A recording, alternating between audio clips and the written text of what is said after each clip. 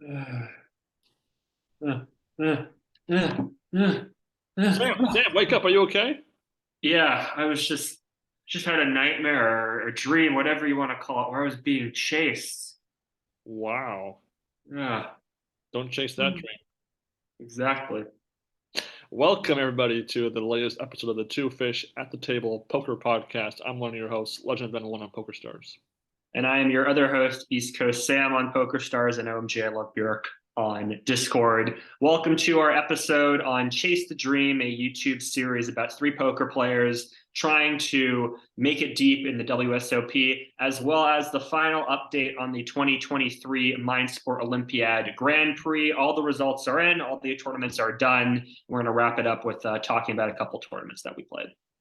Basically, we're talking about us chasing our poker dreams, our versions of them, and then guys like KL Cleeton, Paul Figliomeni, and Bob Gardner chasing their dream. So it's funny. We kind of stumbled upon this poker documentary series kind of by accident after Yeah. our most recent podcast. We were looking up for new content, and I just was like, "Oh wow, this could be something cool." I was it was it's a YouTube channel that is continuing to exist on YouTube. This is mostly headed by Mr. Rob Gardner, who kind of demarcates himself as the poker professional in the series, and it's a series that I went through. It was quite a unique journey for me watching through these videos on this channel one by one. I was really surprised by my reactions to things. Yeah, I mean, this is an interesting series because I kind of see it as the opposite of the To Be Determined documentary, which is about Oscar, who this poker player who seems to have a decent amount of skill but just can't quite get there, and it's about his grinds and how difficult poker can be. This one almost has a sort of opposite tone that these three guys are really excited to play poker and they're really excited to be going out and doing this, and we learn about their personality over time. And even when some of the episodes have their shortcomings, there's just this infectious quality in the content that I really like. It's funny. This feels like a combination. Like if you splice together like Brad Owen's poker vlogs Mm-hmm. with one of these poker documentaries that we've covered over the last few episodes. So it was kind of a hybrid of that. And I was actually really excited when episode one was starting up for me.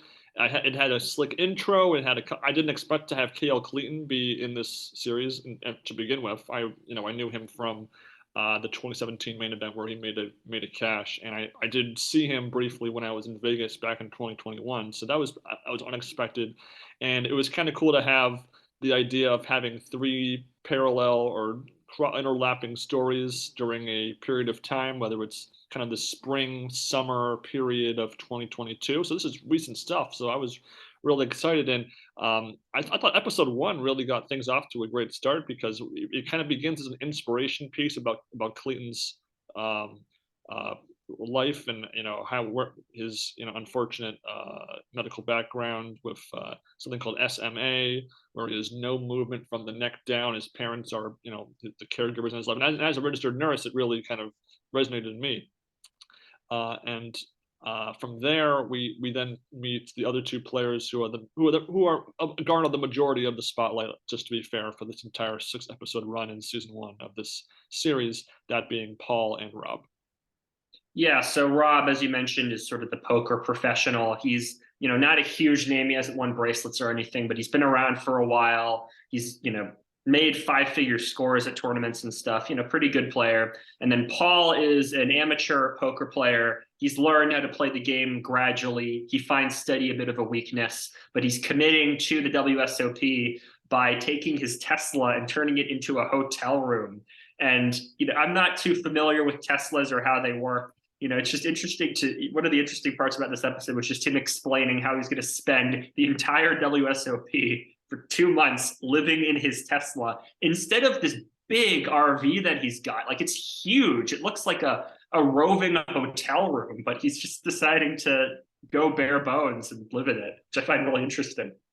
Yeah, and I really this first episode called "Where Nowhere to Go" really kind of planted the seeds in my head for what I thought the series would turn into, which would be kind of a detailed three storyline journey for each of these guys, going on very different paths for the same ultimate goal. whether it's living in your Tesla or making a drive, a long drive that could be a little dicey medically for KL just because of his situation. And I kind of thought it was a funny idea if I'm living in a Tesla, but there was definitely comedy for me in that idea, and I was really excited to see that be just be relevant in his story in later episodes, which I don't think fully goes on. And again, a major component of this episode was also the first couple of cash game sessions to kind of get the juices flowing, the poker brain back in action, in just smallish by the Vegas standards of poker, but by us it'd be pretty big game. Yeah, and also them talking about how they changed their play because they're trying to build a bankroll to go to Vegas. So that is playing a role in their mind. And they also, both Rob and Paul, throughout the entire series, break down their hands and they explain their decisions and all that. And they come off very well when they do that. They don't always make the right decision, but they explain what their thought processes are in very clear detail and why they make the decisions they make, which is very nice.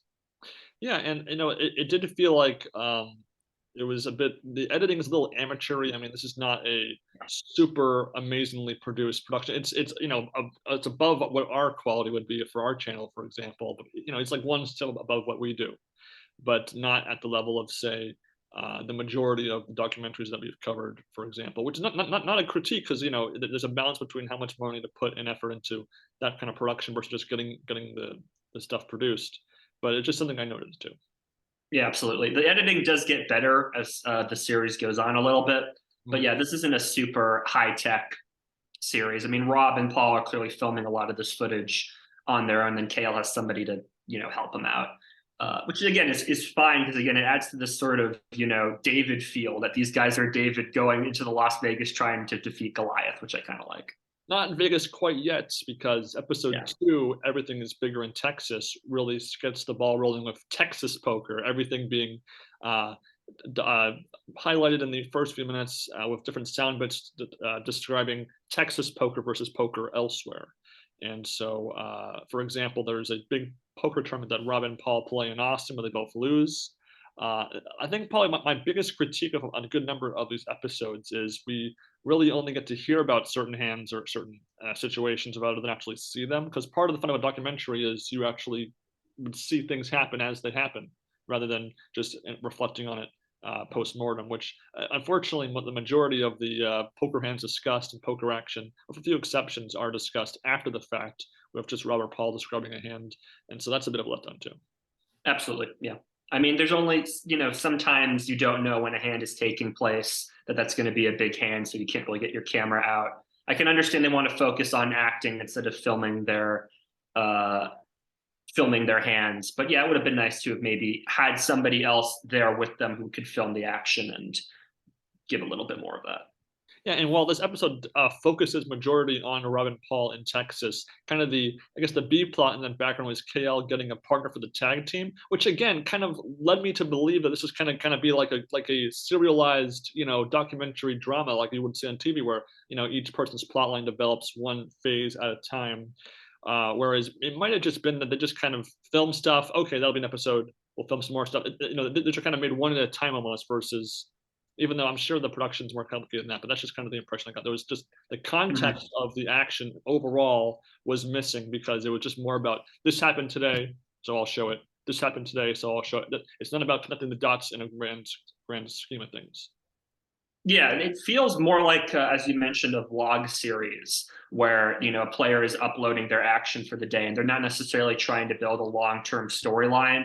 Then it does they've shot all this footage and then the next year they edit it, and because they know what happens, they can tell a storyline. So, I mean, if you go and check out the series, I'd go into this with the mindset of, again, a vlog series instead of a completely coherent, uniform live stream or documentary. I mean, they do acknowledge, I think in a couple episodes, they're kind of like filming it on the fly, and Rob at one point even mentions that, during his trips to Texas, he learned a little bit more about producing videos, and that's going to integrate into his content. You do see that. So they do acknowledge it within the series itself. It's not like they're trying to pass this off like it's high art or anything. So right, and so I guess the main poker action kind of discusses how Rob loses a big pot, which kind of undoes the net progress he'd made in the first couple of sessions in episode 1. So and then he gets some of it back, but it really highlights the ups and downs of playing poker. Even when you're up, you're feeling good, things can turn on a dime, and a positive goes to a negative. Rob, on the other hand, just kind of loses like a $500 cash game buy-in, like one after another, just bit by bit. He went into some bad luck, and so even though they're playing like a 1-3 game where you pay 500 as the max buy-in, you can just kind of spiral out of control and lose 5 full buy-ins just by not playing, I guess, to the table quite effectively. I don't know, it's weird. You kind of have to avoid variance and maybe just avoid getting it all in. And just trying to trap people on the nut with the nuts on the river or something. I don't know. It's kind of weird. It's tricky, yeah. Well, episode 3 moves on to a couple of live streams that Rob and Paul play a part in. Episodes called Lights, Camera, Action, and they really just all they do is they just kind of discuss the poker tournament that they were on. They just luckily we do have the footage from the stream for the most part, so that's a bit better than just them talking to the camera about it after the fact, as they did from the post-Texas poker action. But it's weird that the first scene of episode 3 is a folding of Ace King by Rob, and then it doesn't pop up during the episode in the slightest. Like we don't see like that's a hand I really wanted to hear about it. I mean, it seems odd to include that and not actually show the full context. Absolutely. Otherwise, I mean, KL is not in this episode. It's really just about Rob and Paul. And again, they also see just one after another, one bullet after another. They just keep losing more and more money. So it really, their poker play, I trust that they're better players than me. Because again, we're just kind of recreational amateurs play for play money. But I just wasn't impressed by them up until this point. Yeah, again, I mean, they're very clear in terms of why they made the decisions that they made. I mean, I think my favorite moment was a hand between Rob and Paul, where you get to hear from both of them that, Paul's like, he knows that I know this about his game, so I'm going to change this up. It's like those mind games that are being played there between two people who are friends and are on this project together is interesting.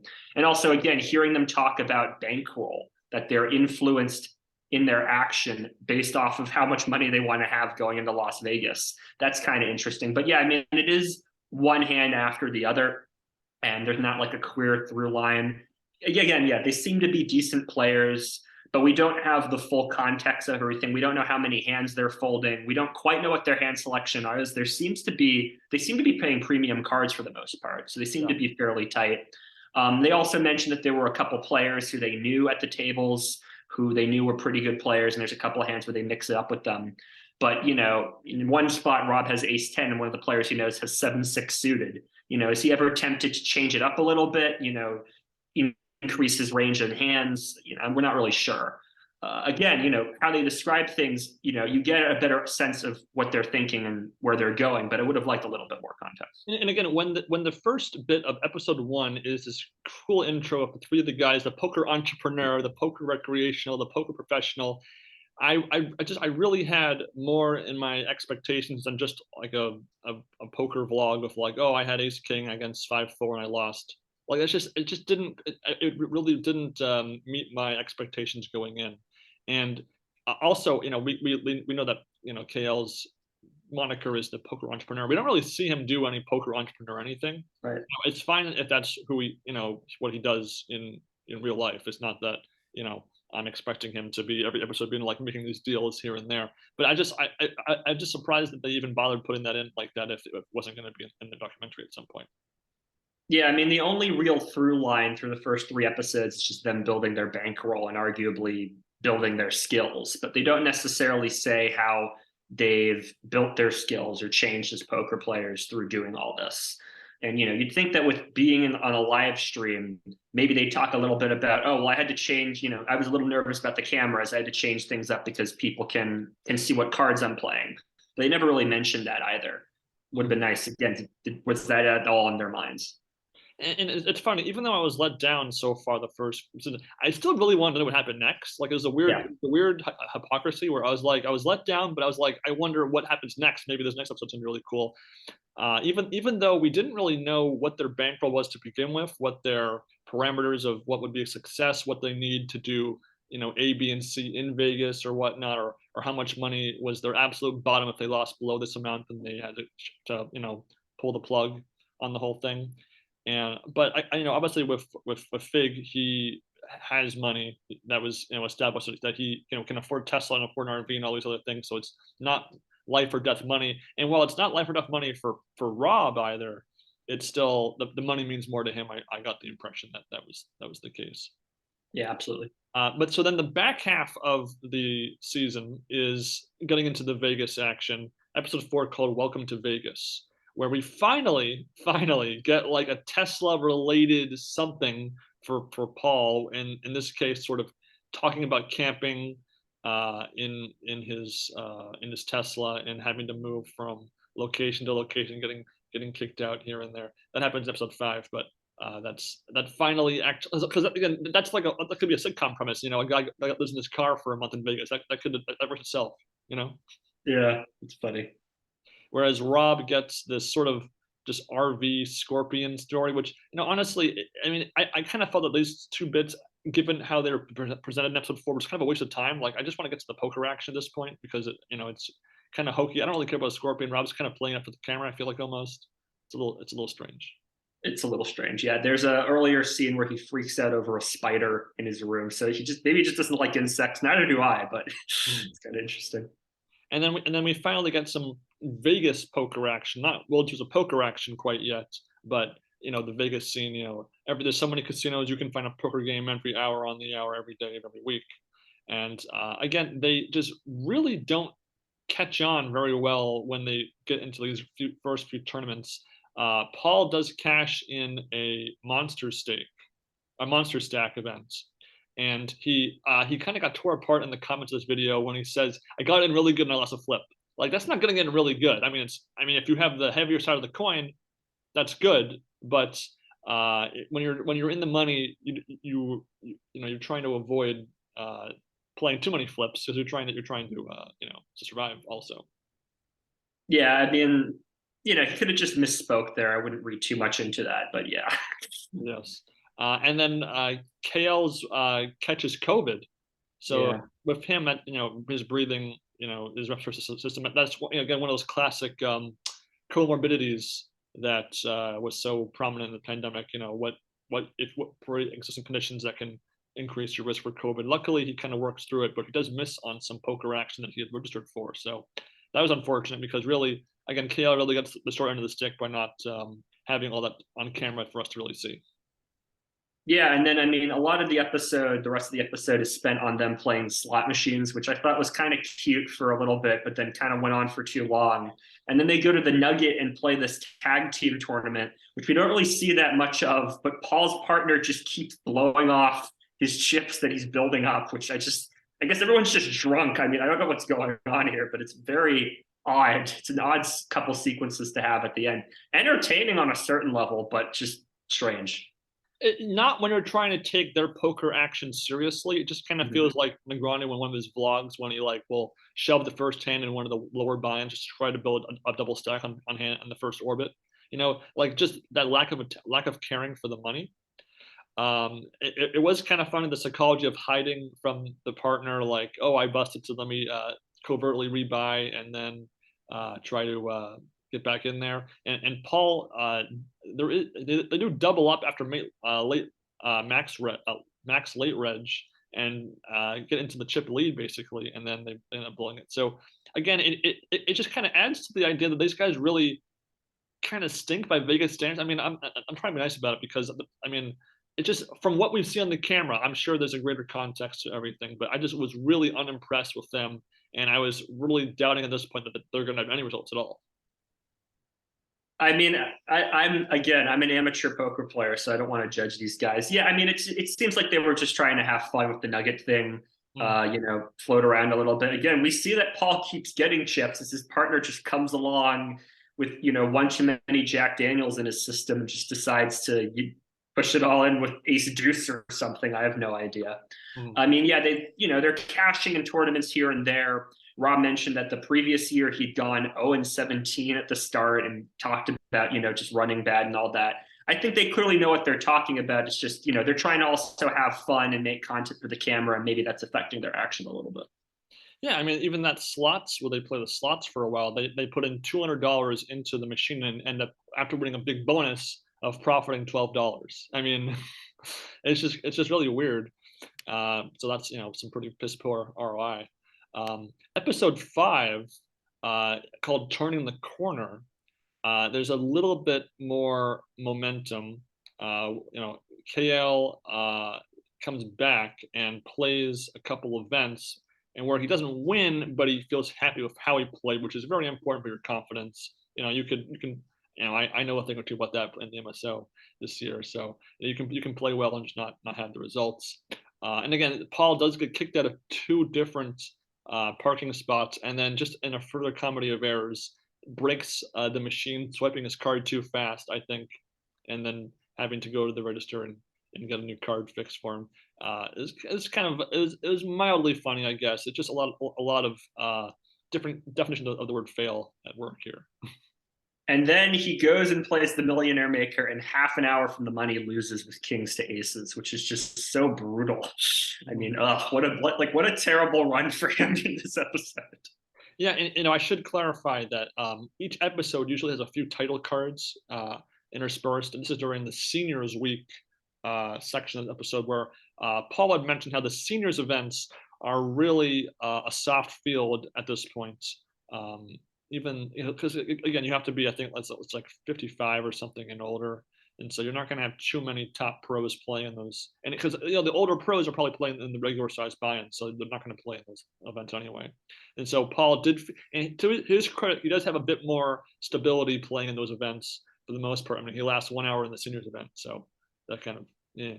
But then he does win some cash game money afterwards. So it's kind of he's an ATM, some money in, some money out, mostly out. But he makes enough cash, a few cashes here and there to probably convince himself that he's not doing terribly. But I'd have to see the money, the flow sheet of the income and outcome for me to be accurate about that. Yeah, and then Rob gets 2 cashes in one day, which must be pretty cool for him. Not substantial cashes, but they're both in the mix. They're both putting up some results here and there. Yeah, again, the episode "Turning the Corner" is really meant to be signifying that this is the start of something more, which finally does kind of come to fruition in the season 1 finale, the third lap, where we open with the marathon. This sort of analogy about the marathon when you have 4 laps to run in a marathon, how the third lap is really the most important lap because it's not before the finish, but it's after you're already neck deep into the race. And again, he kind of draws a parallel to the roster of events that they've played up until this point, because they're a couple weeks in, and now this is where the energy level dips a little bit. And you kind of have to stay focused to stay on top of your game. And unfortunately, KL gets sick again. So again, it's almost as if the world just conspired to make sure that KL had the most miserable documentary series experience possible. Unfortunately, whereas Rob plays in this $1,000 nugget event, and then the Colossus, Mm-hmm. and then he really the problem he comes into, which is actually kind of a good point here, is that when you get into that late registration component of the tournament, that last level or so before the no more buy-ins, a lot of players will just kind of go crazy knowing that they can just rebuy in real quick, and so they're just trying to get any 2 cards in the middle to really have a decent chance to last the rest of the day. Yeah, it is an interesting spot to be in, to just have to navigate through that. And again, he talks very clearly through what his thoughts are and how he has to maneuver his stack, which is nice. Yeah, I try to think, if I was in that spot, if I was playing in the like $565 Colossus, I would have the mentality I'm playing 1 bullet no matter what. Mm-hmm. So Yeah. obviously you're valuing your stack a lot more. So if I have above starting stack in that period, I'm probably just going to fold overly fold at that point. Maybe hold on, wait for ace, king, aces, or kings because I'm trying to win the whole thing. And if you're going for two bullets, a min cash won't get you anything for as far as profit. So I Right. probably just play tight. I think that's the collective consensus from the comments I've read on YouTube for these videos. And obviously Rob is not just trying to min cash; he's trying to win the whole thing. So he ends up falling into one of those minefields that is signified in that sort of field. He does make day two, and then loses a big pot where he would have had a very healthy stack in a 3-way pot where he had aces, and he gets two outed by jacks, and it really kind of hits him. Like, this is as close to a season finale emotional ending for as you're probably ever going to get in this series, given how that day ended for him. Yeah, he seems very, very upset as he's walking away. It was his deepest run in a World Series of Poker event. He'd be positioned very well to keep going, and you can just tell in his body language and his voice. He films a clip of himself as he's walking out, just how annoyed he is, and also comments on how long the payout line is. I mean, it looks like it's going all the way back in the room, and so you're just standing there in line waiting to get your money for 30 minutes or however long it is, watching everybody else play, knowing that 96% of the time you'd still be playing, and that's just very rough. On the Paul side of things, he finds himself running deep, but not deep into events. Like, he'll make a day two and bust early, or he'll make it to the end of day one and bust.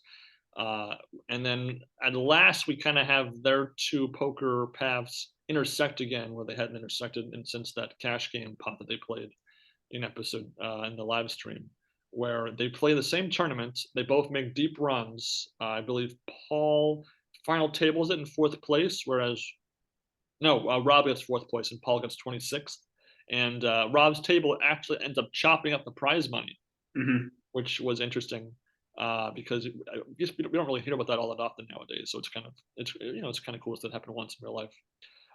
And so they make deep runs, but again, it brings up the problem with this episode that it's just mostly a row of bad beat stories, just one after another. Yeah. It's again, it's a little monotonous, especially since that had been the case for the last couple episodes. But at least it was nice to finally have some real results. Mm-hmm. Yeah, I mean, it's again a lot of just descriptions of, as you said, the bad beats with not too much context in between. It would have been nice to have heard them talk about some other things. And even if they just folded a bunch of hands, just them saying, I folded a bunch of hands, one guy raised and I had to fold ace nine off, something like that. I don't know. Mm-hmm. Nice. And then the episode ends kind of with the prelude to the main events. But unfortunately, this would be the last episode of the series, at least at that moment, because according to a comment that a reply I got from Rob on YouTube, they ran out of money at this point in the production, so they had to pause things until they got sort of a revamped production working, which they did allude to in a different video. And so we should expect to see the main event content from this documentary series coming up in a little bit, I think later this year. And I did spoil myself. I did check Hendon Mob to see if either of these guys did cash in the main event, and one of them does. I also say is Rob does. Yeah, I think he makes to the final like 400, like in the middle of the payout field, like not a mini cash, but not a deep cash. Yeah, good for him. Yeah. Yeah. And so, in conclusion, I mean, this series will have a season two. There is a season two teaser trailer on the YouTube channel. I will be curious to watch this. Obviously, it's not going to be updated as regularly as say a Brad Owens YouTube vlogs or Negronis blogs. But I wanted to see what happened next, even if I was let down by the lack of diversity in the content on the series. Yeah, like I said, there's an infectious quality to these three guys that they're very passionate about the game. They're interested in sharing their experiences. They want to improve and keep going. And even the moments that them playing slots for 5 minutes, I found it entertaining enough. Like, there's just they're bantering, they're clearly having fun. I have no idea what's going on with that slot machine. It looks like an arcade game or something. I have no idea. Yeah, I mean, this is a decent series to watch. Don't have your expectations set too high. just try to enjoy it for what it is, a sort of low budget vlog style series where they learn more about the process of making videos as time goes on and learn more about the game as time goes on. Yeah, again, probably the reason why maybe I sound as negative as I do is only because I had such lofty expectations from episode one Mhm. onward. It just began so strong with highlighting Cleeton and his life and the premise of three guys against the world and a Tesla camping and all that stuff. I was really pumped. I was expecting more than just a few bad beat stories. Yeah. Yeah. But again, I think it's a good addition to the poker content world, and I'm reaching out to them if any of them want to talk with us about their experience about poker, about anything. We're more than happy to do that for a future podcast. That'd be very cool. Absolutely. Yeah. But while they are obviously still chasing their poker dreams in one facet, we have to discuss us chasing our poker dreams in the 2023 MSO. There were three events this past weekend, March 10, 11, and 12. No, Hmm. yeah, 10, 11, 12. That's Friday, Saturday, Sunday. Three events. We played all three of events, and we collectively had some pretty good results, I gotta say. We'll begin with the event that I had the least um, confidence in. That would be the deuce to seven triple draw. It's a limit game, and this event was 24 players. Hmm. And again, this game I really have very little experience with. Yeah. I've played 8 game mix plenty back in my PokerStars heydays. So, and again, that's actually the first game in their rotation of 8 game mix. And again, I don't. It's not that you can be bad at that game. It's just that you don't know the exact math of what if the hand is good, when to bet, what just little things. So you kind of have to just kind of study the table and see what you can do. But I actually I actually got off to a pretty darn good start in this game. I won the very first hand. I won a big pot with an 87, and then Hmm. I was kind of picking up this player Kazuchi, who's a Japanese player, who's been putting up very good results in the MSO, and I was just continually just beating him head to head. I think my first 4 or 5 hands I played against him 1v1, I beat him all 5 times. There was a pretty dicey hand where I had a Jack 7 6 5 3. I padded and then I discarded the Jack and got a 2 to make the second nuts, and then I think my like stutter step there tricked him, so I won a big pot. And so within the first level, I had about 12,500 chips. So I was off to a pretty good start. How about you? Yeah, I mean, it's you hit the nail on the head in terms of math because I'm sitting here going like, do I play a 9-8? Do I play a 9-7? You know, when is the borderline here? And I'm a very tight player, so I mean, I was folding, you know, when I would be dealt 5 cards, you know, Jack 10, 6 5 deuce. You know, even though I can make like a 7 6 low if I throw away the Jack and the 10, you know, it's still only 3 cards. You know, I was waiting until I had 4 low cards before I thought about playing. Yeah, I mean, I don't remember too many big hands at first. I mean, I think I just kind of just kept there in the mix, tried to pick up pots whenever I could, playing tight, trying to get out of other players' way because there were some players who were going a little bit crazier at my table and just, you know, trying to hang in there. Yeah. No, by the first break, I was up to 13,000. So that's about Hmm. an hour of play. And then I ended up doubling a short stack when I had a 98 and a 97. Very annoying. Then I actually won 3 hands in a row at one point. That was pretty cool. And so by the time there were 11 players left, I had a double stack. I had 20,000. So Hmm. I was pretty happy with it. But then as the limits get up so quickly, really 1 or 2 hands kind of sinks your boat. But as the tables are compressing down, this is a 6-handed table event Right. because of the nature of the event. So by the time there were 8 players left, we got moved to the same table. That was nice. Unfortunately, I lasted all of 1 hand together with you. I ended up busting in 8th place with I forget what my cards were, but again I never got dealt anything super premium. Hmm. I think I made one number one, but and then maybe like number two twice. But I really had to you know commit to the draws to really make some big hands, and so I got in 8th place, top third of the field. That's still pretty good. And then you actually found yourself at the final table.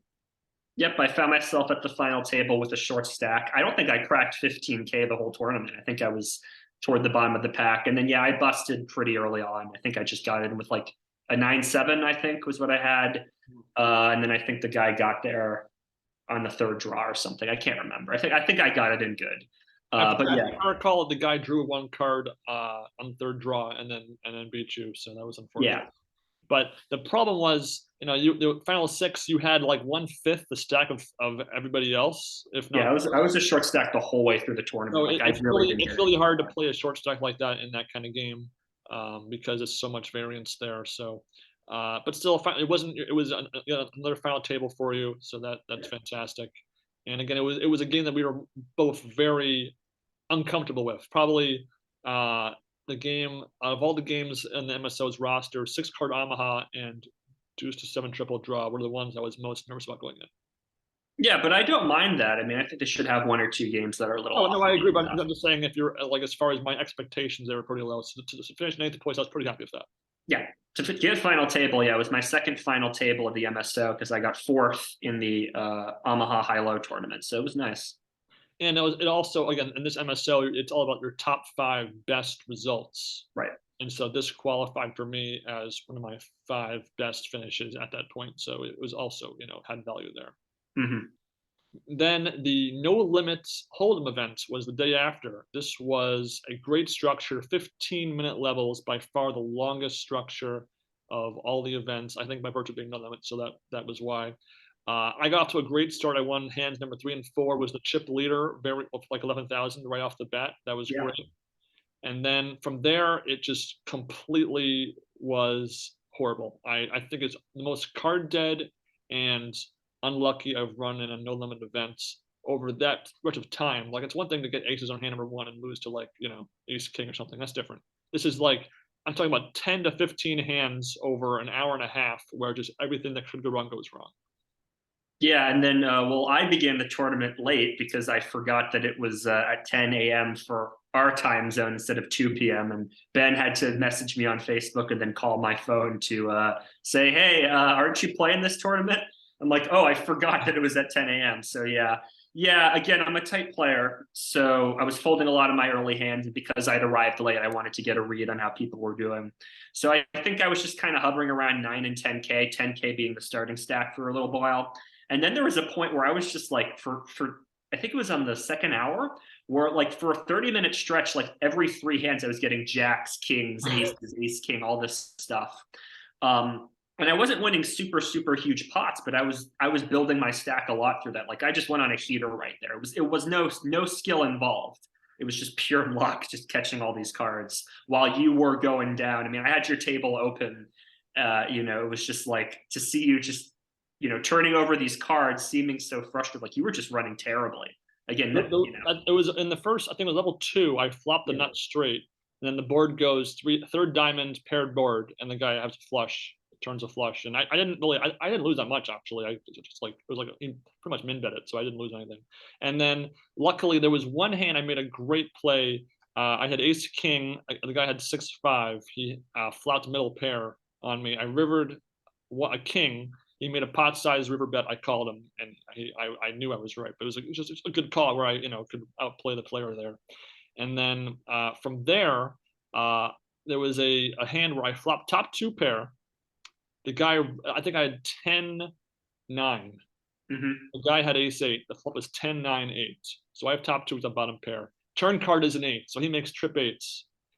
I checked the turn and river. I was last to act, so I lost nothing. I just had a back of my head. I was like, somehow he's got me, and I was right. So I lost the minimum there. And then there was a hand later where I had the big blinds, button limps, small blind limps. He has 8s. I have jacks. I make it like 5x.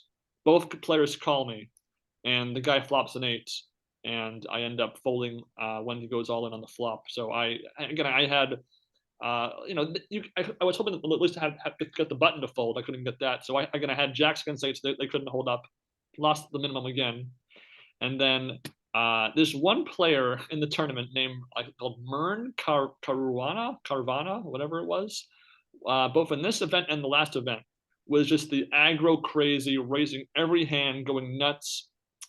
But I was following his table, and I was kind of picking up on some betting tells. like when he bets minimum like one big blind versus betting half pot or whatever. And so there was a hand where I had two tens. I had like 6,000 chips, so like 40 big blinds by this point. I raise, they call. The flop comes king 9-9. They make a small bet, I call. Turn card puts another diamond out, so I have a diamond draw.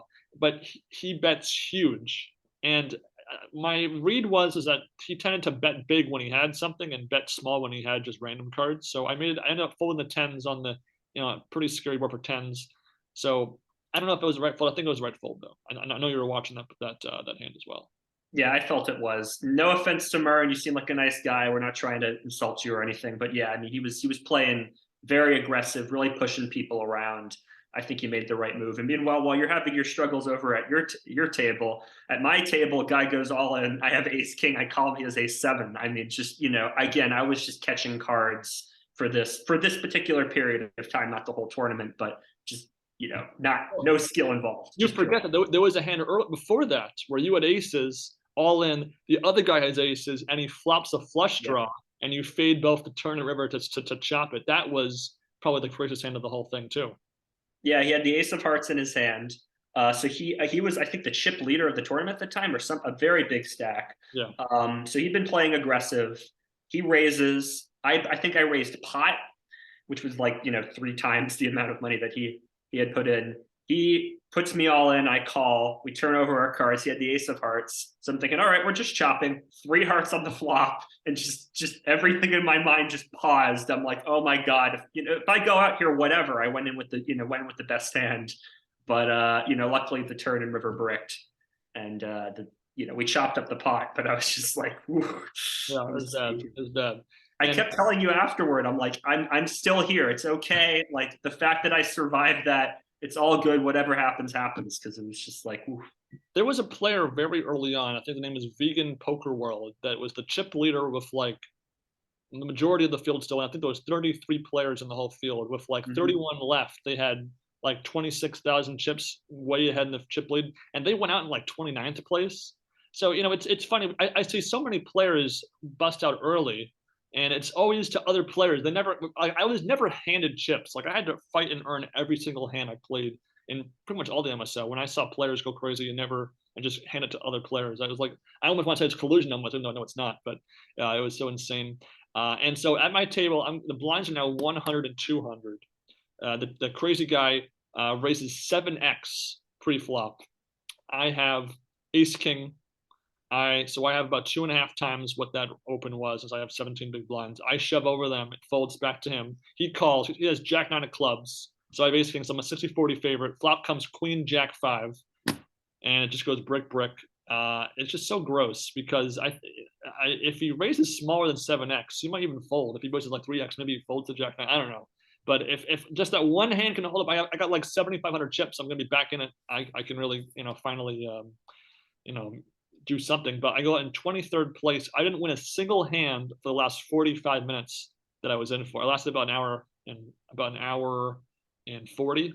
So for the last 45 minutes, I won 0 hands, and it was a very frustrating event. I don't think I played poorly, played a hand incorrectly the whole time. I think I was bottom of my reads, and I lose base king.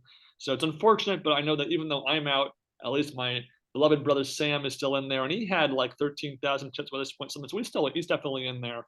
And so the next couple of hours, I'm just watching him play. And Sam, honestly, props to you. You had some great discipline with your c-bet percentage, your barreling. I've never seen Sam second and third barrel more in my entire life, and have it work every single time. Like it was unreal.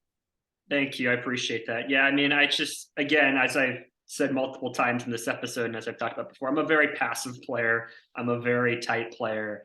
And I just figured, I have to second and I would get called on my C bets, and the turn would be whatever it was, and then I just have to follow through because a lot of these players were playing very aggressive.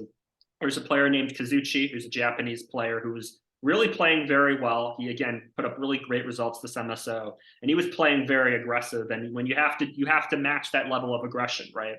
The people who win are often the ones who push the players around, not the ones who sneak their way in there. Kui Win versus Gordon Vale, right? Yeah. So yeah, I mean, I was just trying to maneuver my stack. I wasn't ever like a huge stack until toward the end of my run, which we'll get to. But, I was just maneuvering, trying to sneak my way in there, keeping my eye on, when it was down to 2 tables, both tables, just trying to read everybody. And yeah, after, that 30 minutes where I was picking up aces and kings and whatever, I would get aces or kings on occasion, premium hands. And then I would also be able to play a lot of hands off of the big blind, and I'd be able to see flops. And I would hit a couple of flops, or I'd just bet flop and somebody would fold. I never really tried to bluff that much beside, second and third barreling. And yeah, I kept my hand selection fairly tight. I mean, I wasn't playing things like 10-9 offsuit or something like that. I was folding a lot of buttons too. Because again, Kazuchi was to my left a lot of the time, and he was just raising a lot. So, if I limp the button, he's just going to raise over me and I'm going to lose those chips. So I would just sort of try to wait for my spots and maybe pick up things here and there. But yeah, when we got to I managed to make it to the final table, and I was 8th in chips. 8th out of 9, yes. A 9. 8th out of 9. Right. And it was, it was not, nobody had, like, I think the chips around like the bottom 7 players were fairly spread out, from what I'm remembering correctly. So yeah, I mean, it's just, again, I got to just maneuver my stack. Whatever happens, just try to get it in there. And, Well, so it's important. There were, so if I recall, between 4th and 8th place, the stacks were all like one big blind or two blinds of each other, and everyone had at least like 20 big blinds for the most part at this point. So the level structure was slow enough that everyone was still relatively okay. You could afford to fold, and Sam was staying in about that 20 to 30,000 range for the majority of the final table. And again, it's all about the medals for us, because by this point we really weren't in the best spot to maybe take the overall standings at this point. Yeah.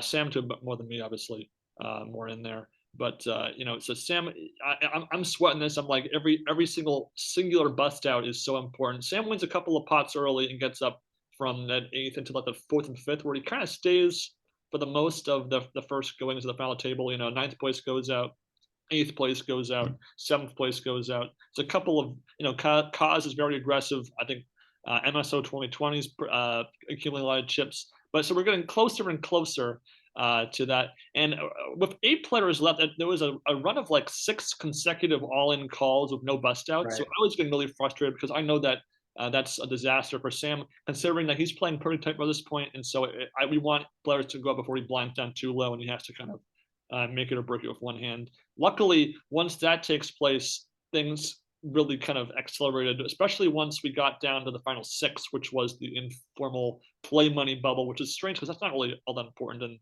for the MSO, but that was surprising to me too.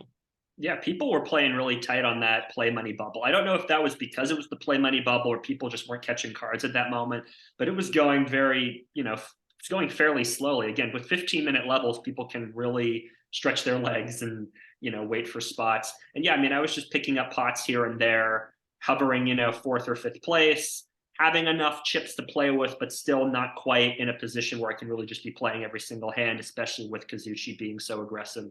And again, no hard feelings for Kazuchi. He was playing the game that he should have been playing when you're up against at least one tight player, myself being that tight player.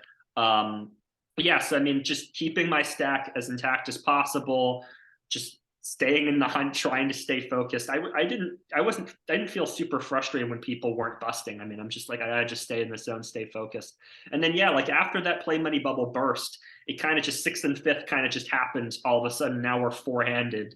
And then yeah, that took a little bit while when we were 4-handed. And again, the blinds are moving around very quickly. I'm just trying to preserve my stack and keep going. I was up to like 30, 40K at this point. I was kind of hovering around in there comfortably in 3rd place.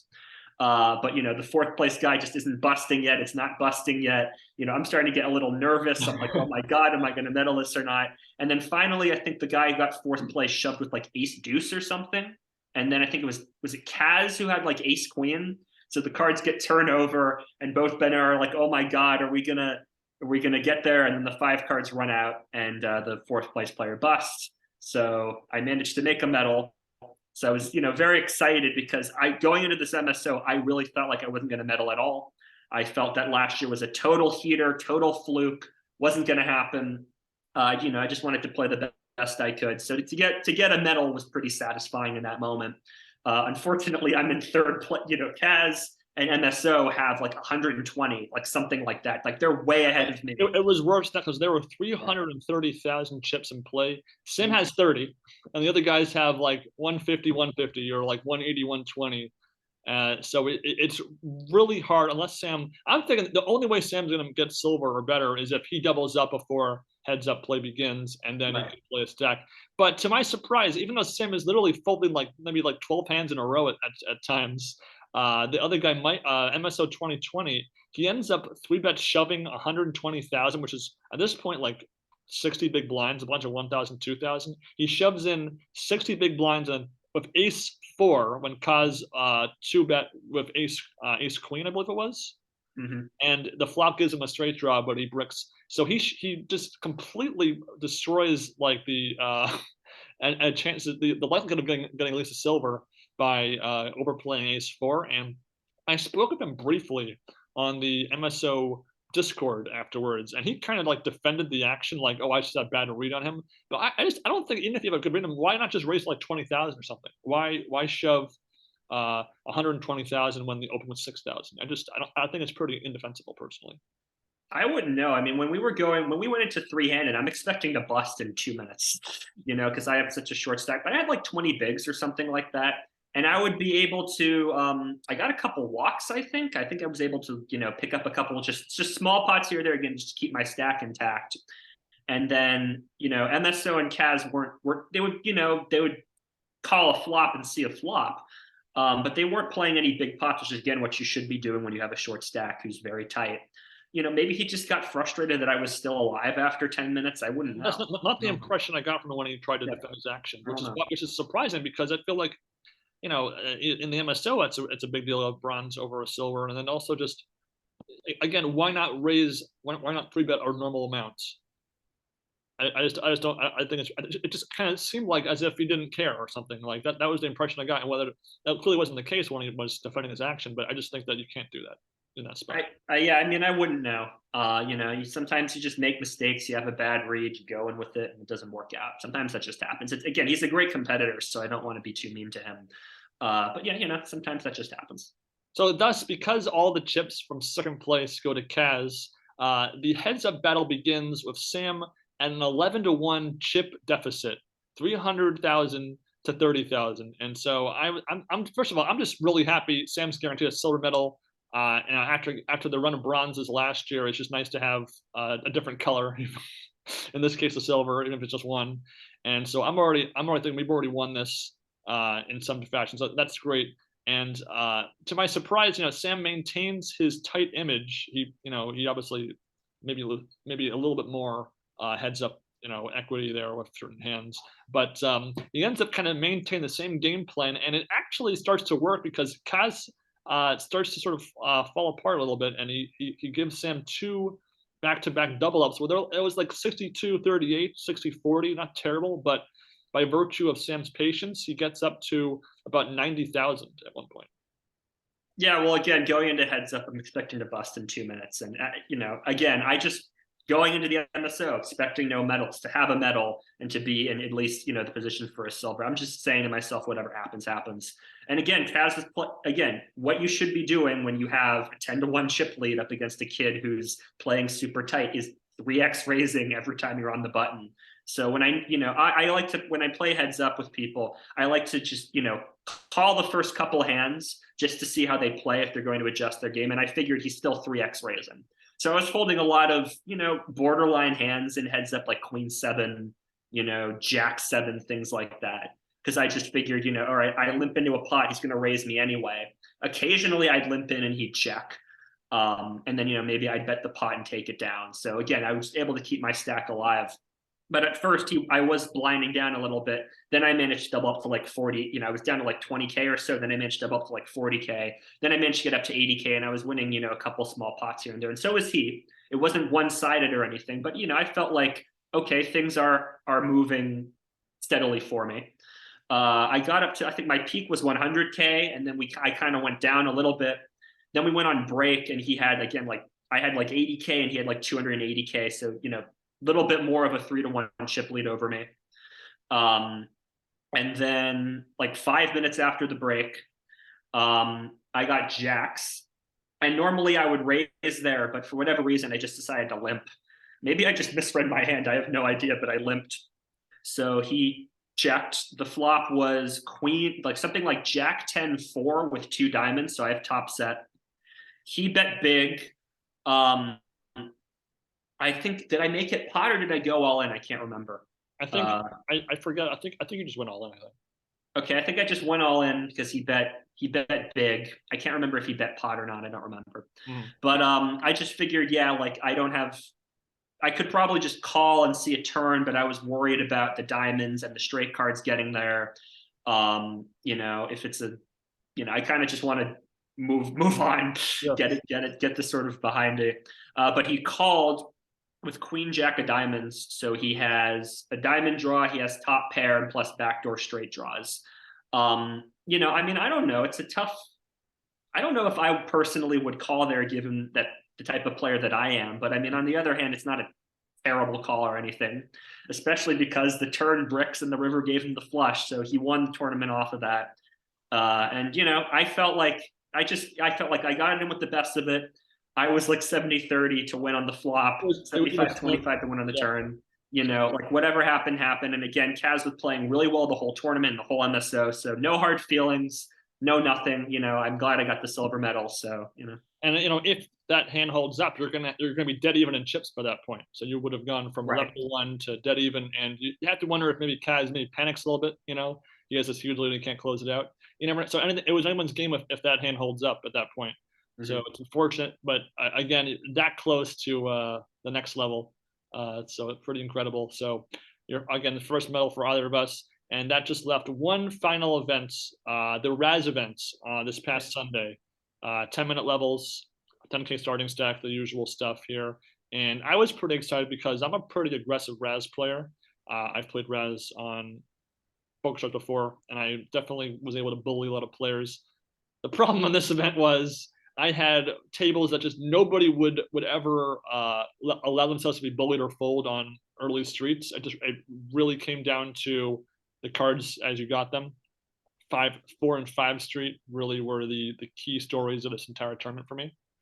I'd have a great hand and just go back to back junk cards on 4th and 5th street that would just totally board lock me into oblivion. I'd lose a lot of pots that way. But even in spite of that, I had a couple of key spots where I made the nuts once ever. I made a wheel once the entire tournament, which is incredible because I was playing some pretty good hand. I think usually some pretty good cards. Yeah. And so again, this is a 28 player event, and even though I was up and down, I was still happy of how I was playing. I just would run into some really bad runouts. And once again, the same player that was a factor, Mern Caruana, whatever, in the Hold'em event, was up to the usual tricks in this event as well. Yeah, so I mean, my Razz journey, I like won the first hand, and so I was like the chip leader in the first hand, and then from there, yeah, I mean, I was just, how Razz is. If you ever played Razz, you just kind of go from like top to bottom, bottom to top, top to bottom. I mean, I was like just a roller coaster where it was like, sometimes I was 10K, and other times I was shorter, and it was just kind of fun to see all that. Yeah. And so by some miracle, I managed to get to the final table despite when we were down to 2 tables, there was this one player, Il Copier, who was accumulated a huge stack and just would never fold on 3 street, 4 street, or 5 street, no matter what, no matter how bad the board was. And the problem was I would have like a 3 up, they'd have a queen up, and I'd Right. raise, and they would never fold. And I went from 16,000 chips with 9 players left to by the final table I had 1,300 chips because 3 hands in a row I just got queen, jack, pair, all these horrible cards at the worst time after I put in like a big bet in or something. And Mhm. so I was just completely getting wrecked by the deck and it wasn't even like I had a card like I still had a hand that could come back from behind the last two. Like it was just like the worst, like deuce, queen, 3, 9, and I have a 9 in my hand or something crazy. It was just the worst luck. So I think I made some obvious folds in those spots to preserve little nub. And so I make the final table, and Sam also makes the final table. So this is our first time we've made the final table together in this year's MSO. Yeah, I mean, it was just riding the roller coaster and just trying to stay focused. We had a player, Il Copier, who was calling, Fifth Street, Sixth Street over and over again, building big stacks. And he managed to ride the roller coaster pretty well. I mean, sometimes he would drop down, but he was toward the top of the chip stacks most of the tournament. He was doing a very good job. Or meanwhile, like sometimes I'd be down and then sometimes I'd be back up. By the time of the final table, I think I was a mid stack. I wasn't toward the bottom or toward the top, and then El Copier was far in the lead, with sort of like I think he was far in the lead, and like everybody else kind of was close to each other. But again, with Razz, you're just one or two hands away from being a top stack or being a bottom stack very quickly. Yeah. So yeah, I mean, it was exciting to be at the final table with you, but I mean, I had no expectation for how I was going to do. Either I was if I was going to medal, that was going to be cool and have back-to-back medals, but I wasn't expecting that. I was just again trying to stay focused and play the best game I could. Well, it was also your third consecutive final table too, so you were ending this on a very high note. I actually, I quadrupled up on the very first 10 of the final table. I went from 1,300 to 5,200, just on the very first 10, and then you won hand number 2 of the final table, so that was pretty awesome. And then from there, I doubled up on hand number 4. So I'm up to already about 10,000 chips. So I've spun it up very quickly. A player goes out in 8th place. So now we're both at the final 7. Yep. And then I just kind of ante down a little bit, and then I get my last 5,000 chips in with the best card with the best hand against Il Copier with 1 card to come.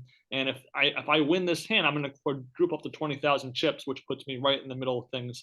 And of course, I don't improve, and he improves to the winning hand. So I'm out in 7th place. I was very disappointed because really that was my shot right there. And he again called me from behind the whole way down, and it's just frustrating when you just can't get the guy to make the right fold when they're supposed to fold when you lose. Yeah, I mean, again, he was a very good player, and again, great player throughout the MSO. But yeah, it's like a little bit frustrating if if he plays the hand a bit differently. Who knows what will happen? But again, that style worked for him, and clearly really works for him.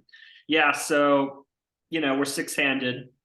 I'm like 3rd, 4th, kind of floating around in there, right? 6th place busts, and then we're 5-handed, and I'm in 3rd place with these 2 guys at like below 20,000, and I'm at like 30,000 or something like that. Just I'm in 3rd place by a comfortable amount, but I'm not super comfortable with my stack. One guy went all in, and I called him, and I think I had the best of it, and he got there. So I was, I think I was at like 50K at that point, and then I dropped down to like 25K. And I remember just thinking, like, if I could have gotten that guy out, that could have put me in a good position for the medal. And now I'm in a bad position. And I even just felt like, that's it, it's over, I've lost. I felt like, just like a premonition, like it's just not going to work out for me. But I was, still hovering around, winning some small pots, getting up to 30K. And then, yeah, I mean, I went all in. I had 3 good cards. I raised, Il Copier called. 4th Street gave me, I think, like a 9 bet call. 5th Street gave me like a 9-7 low, something like that, which again, isn't super optimal, but it's a made 5 card hand. And you were ahead. I think he had a 10 on his board. Yeah, 6th Street. Definitely ahead. 6th Street, I have most of my chips in the pot. I got to just go with it. So I went all in. Il Copier called. I was ahead. He had 2 face cards and then 4 low cards. 7th Street, I don't improve. 7th Street, he improves. And so I busted in 5th. Maybe I could have played that hand a little bit differently. I'm not terribly upset with how I busted out, because I figure, I had a made 5 card hand. I had most of my chips in the pot. If I fold, I'm down to like 6K. These other 2 guys are at like 12K. If I bet on 6th Street and he folds, or if my double up gets through, if I win on 7th Street, then I'm in a very good position to medal. It just wasn't meant to be. I still got 5th place. I had 3 consecutive final tables, which I think is pretty good. And, I had a shot to get another medal, and it just didn't work out. So I don't know, because that El Copier is not folding if you bet. So I think you can check and then just hold on to a little bit. But no, I mean, I had most of my chips in. I had to just go with it. One big bet's a lot of chips, though. I showed you that when I had half a big bet, and I spun it up a little bit. But either way, it's still an exciting ending to the MSO. I would have loved to have gotten a medal. I ended up finishing 11th place overall, which I feel kind of robbed by because I only had 2 events that I finished in the bottom half of the field, and I was always at the final 2 tables at every event, especially every like 6-handed event. So I don't know. I feel like that I wasn't happy with the point structure. I guess I would have been a little bit higher. I think if it had been for every event versus just the top 5. But so when I only my best spot was a 5th place finish, so it's kind of hard to. I had 2 5ths, 2 7ths. I think I had an 8th in there or something, and like a 10th. So Yeah. Yeah, I mean, I had a second, a fourth, a fifth, a sixth, and then I can't remember what the fifth event was. I wound up finishing sixth overall, so just out of the top 5. Actually, fairly handily out of the top 5. I was 18 points behind 5th place, so I really had no shot of making in the top 5. And then Kazuchi, who beat me heads up, got 3rd place. Florin Papa got 2nd place, and then Ben Collister back to back in the poker meta events in 1st place by 0.1 point, no less. But he's a great player, and my hat's off to him for going back to back like that. I think he won like 2 or 3 golds too. So good for him. Yeah, I mean, I got a medal. I'm content enough with, yeah, I'd say I'm content with my performance. I wouldn't say I'm thrilled with it. I wouldn't say I'm disappointed with it. I think, I played more or less at my skill level. I got lucky more or less at the level that I got lucky in. Would have been nice to have gotten, 5th place or another medal or something else, but I was in position to do both, and it just didn't work out. well, also so, you didn't play one of the heads-up events, which you got a bronze in last year.